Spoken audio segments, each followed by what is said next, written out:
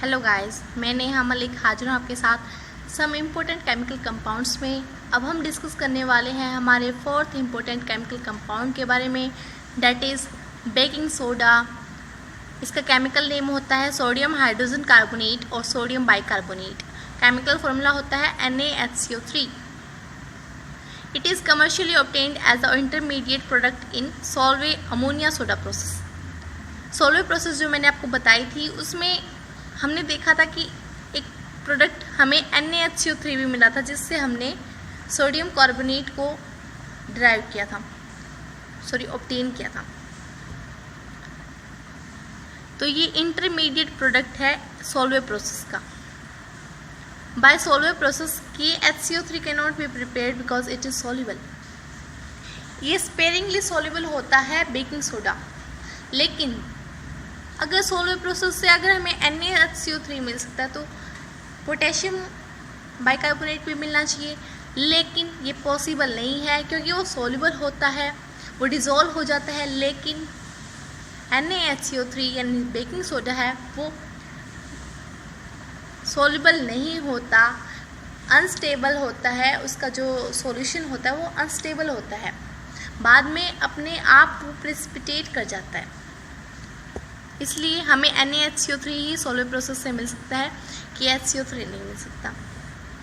Manufacturing कैसे होती है? Commercially sodium hydrogen carbonate is manufactured from sodium chloride bye Solvay process. Solvay process से sodium chloride की help से इसको बनाया जाता है commercially. In fact sodium hydrogen carbonate is a primary product of Solvay process. Solvay process में primarily हमें product मिलता है sodium bicarbonate. Baking soda is obtained by purification of commercial grade of sodium hydrogen carbonate. Baking soda को obtain करने के लिए हमें sodium hydrogen carbonate की भी प्यूरिफिकेशन करनी पड़ती है कमर्शियल ग्रेड के लिए। लेबोरेटरी में इसकी प्रिपरेशन कैसे हो सकती है देखते हैं। It can be prepared in laboratory by passing carbon dioxide gas through aqueous solution of sodium carbonate solution. Sodium carbonate का जो सॉल्यूशन होता है उसमें से अगर आप CO2 गैस को पास करेंगे तो हमें मिलेगा NaHCO3। रिएक्शन जो इन्वॉल्व होती है वो है Na2CO3 प्लस H2 यानी वाटर, सॉल्यूशन हो गया aqueous, plus CO2 gas gives NaHCO3। Properties देखते हैं क्या होती हैं इसकी। Sodium hydrogen carbonate is a white crystalline solid sparingly soluble in water. ये बता रहे हैं कि जो सोडियम हाइड्रोजन कार्बोनेट है वो एक वाइट कलर का क्रिस्टलाइन होता है, सॉलिड होता है और वाटर में सॉल्युबल, पार्शियली सॉल्युबल होता है। हम कह भी नहीं सकते कि सॉल्युबल है और हम ये भी नहीं कह सकते कि इनसॉल्युबल है। कुछ देर तक सॉल्युबल होता है, फिर बाद में इसकी प्रेसिपिटेशन हो जाती है। एक्शन ऑफ वाटर प्रॉपर्टी है सेकंड कि सोडियम बाइकार्बोनेट पे वाटर का क्या इफेक्ट पड़ता है। The solution is mildly alkaline in nature due to hydrolysis। ये बता रहे कि थोड़ी सी अल्कलाइन होती है जब NaHCO3 में वाटर डाला जाए तो माइल्डली अल्कलाइन मिलता है हमें हाइड्रोलाइसिस की वजह से। हाइड्रोलाइसिस रिवर्स ऑफ न्यूट्रलाइजेशन होता है। यहाँ पे अगर NaHCO3 में वाटर डाला जाए तो हमें मिलेगा सोडियम हाइड्रोक्साइड प्लस H2CO3, लेकिन ये हमारा अनस्टेबल होता है। ये दोबारा रिवर्स होकर वापस NaHCO3 और वाटर में बदल जाता है। आई होप आप समझ रहे हैं कि बाई डायरेक्शनल है, रिवर्सिबल है ये। थर्ड जो इफेक्ट है प्रॉपर्टी है वो है एक्शन ऑफ हीट। भाई अगर सोडियम हाइड्रोजन कार्बोनेट को अगर हीट किया जाए तो क्या होगा। On heating it losses carbon dioxide and water forming sodium carbonate. ये वाटर और कार्बन डाइऑक्साइड गैस को लॉस कर देता है हीट किया जाए तो, और सोडियम कार्बोनेट हमें मिलता है। यहाँ से जो रिएक्शन इन्वॉल्व होती है वो है NaHCO3 heated gives Na2CO3 plus water plus CO2 gas. Uses देखते हैं कहाँ यूज़ किया जाता है। It is used as a medicine. Medicine के तौर पे इसका यूज़ किया जाता है एंटासिड। एंटासिड वो होते हैं जो एसिड्स के इफेक्ट को न्यूट्रलाइज करने के लिए यूज़ किए जाते हैं। To neutralize the acidity in the stomach में जो एसिडिटी होती है HCl की वजह से, उसको न्यूट्रलाइज करने के लिए एंटासिड की तरह इसको प्रयोग किया जाता है। Baking soda reacts with acid HCl present in stomach because of its alkaline nature and neutralises effect of acid.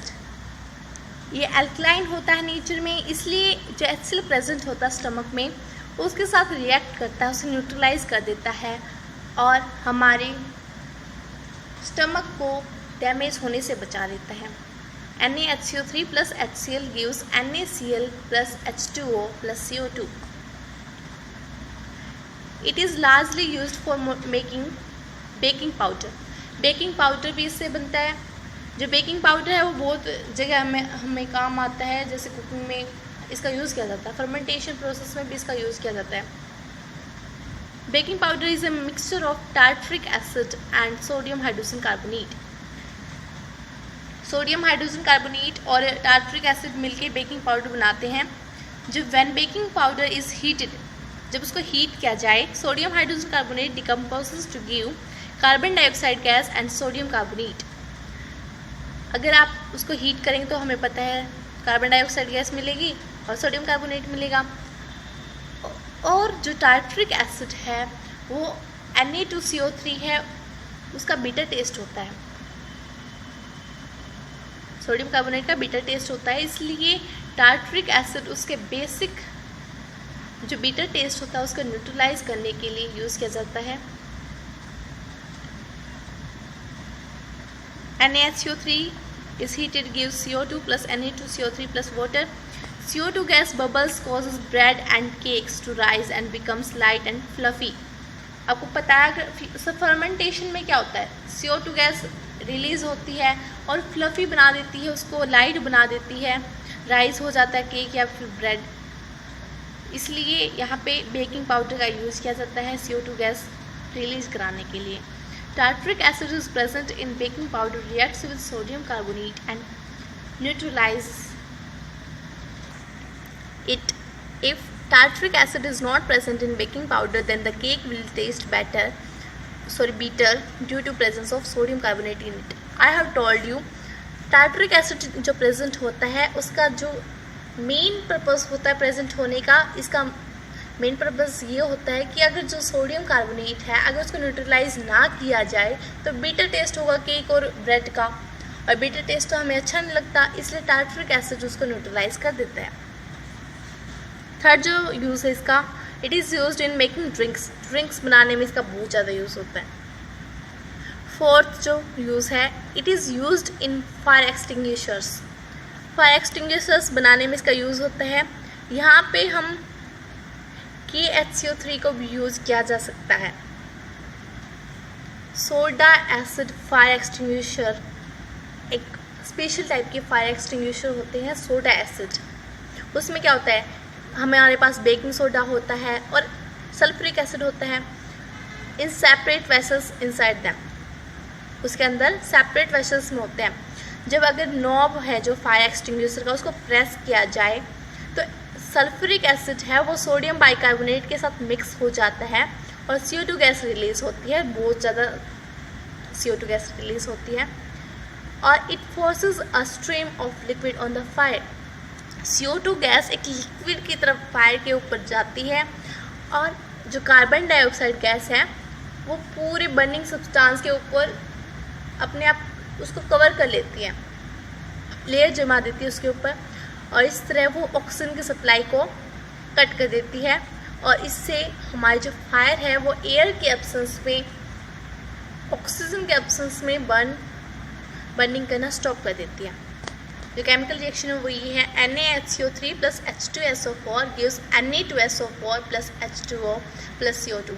Water vapours भी वहाँ से बनते हैं। जो फिफ्थ जो यूज़ है वो है sodium hydrogen carbonate is used for making sodium carbonate. Solvay process में जब सोडियम हाइड्रोजन कार्बोनेट को डिकम्पोज किया जाता है हीट के द्वारा तो हमें मिलता है सोडियम कार्बोनेट प्लस वाटर।